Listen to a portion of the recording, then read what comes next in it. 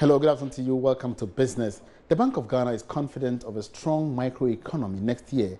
Ashanti Regional Manager Michael Kwesi Enyamesem says strengthened fiscal consolidation as well as improved policy measures by government will make this possible. He was speaking at the Carol service organized by Ideal Finance Limited in Kumasi. According to the Bank of Ghana, non-performing loans increased by 36.17% between February 2016 and the same period this year. High non-performing loans continue to pose risk to the banking industry despite the marginal decline in the energy sector-related debt exposures. Mr. Nyamesem is, however, happy the domestic bank continues to record significant growth and increased deposit. Solvent and look at notwithstanding the challenges of relatively high level of non-performing loans. I think the bankers understand what I'm talking of here.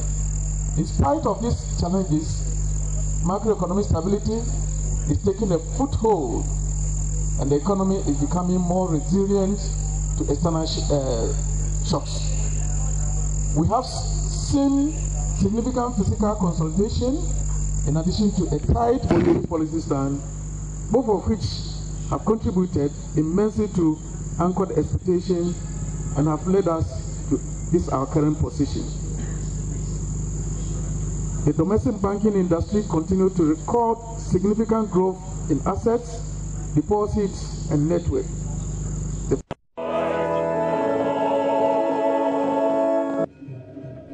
The Carol service brought together executives and workers of the company and other financial institutions. Group President and Council of State member Dr. Ni Kotijani urged the citizenry to use the occasion in reaching out to the poor and needy. The cycling sector. Ladies and gentlemen, let me say that as a country, this year has been a challenging year for us. But we all know what is right and what is wrong. And I say that let's use the breath of Christ to remind ourselves that we have obligations to Christ, to our country, and to our family. And let's use this Christmas to reach out to the poor and the needy and the underprivileged in our society. That is the essence of life. Reporting for Joy News, Kwesi Debra. Ghana is likely to escape the looming suspension from the Extractive Industries Transparency Initiative EITI, the global benchmark for the transparent and accountable management of extractive resources such as minerals and oil and gas. That's according to Dr. Steve Manteaw, the co-chairman of the Ghana EITI, the local chapter of the program. Details in this report. The risk of suspension from the program is as a result of the country's failure to produce a report since 2014. Dr. Manteaw confirms to Joy Business, Ghana has to the end of this month to produce a report or risk the suspension, which could dampen global investor confidence in the economy. Is the political transition we went through earlier this year. A lot of the times you find that our transitional process is always characterized by animosity, mistrust. And the new government takes a lot of time to examine what it has inherited. And by the time the new government settles in, time would have gone by. And that is what we found ourselves in this particular instance. Is there any need or cause for alarm?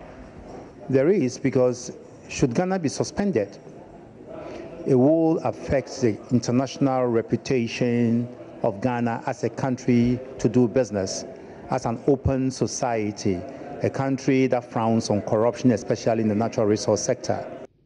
Dr. Manteaw, however, says government is advancing steps to avert the possible negative threat the development might hold for the economy. I know the Ministry of Finance, which actually hosts the multi-stakeholder group and the EITI Secretariat, is working around the clock to complete the procurement process for the EITI reconciler or administrator. That is almost done, and I'm pretty sure this week they will convene the tender committee, the procurement tender committee, to meet to review our procurement process. And once we get the green light, the reconciler can begin work immediately. And we are keeping our fingers crossed that he'll be able to deliver before the end of the year.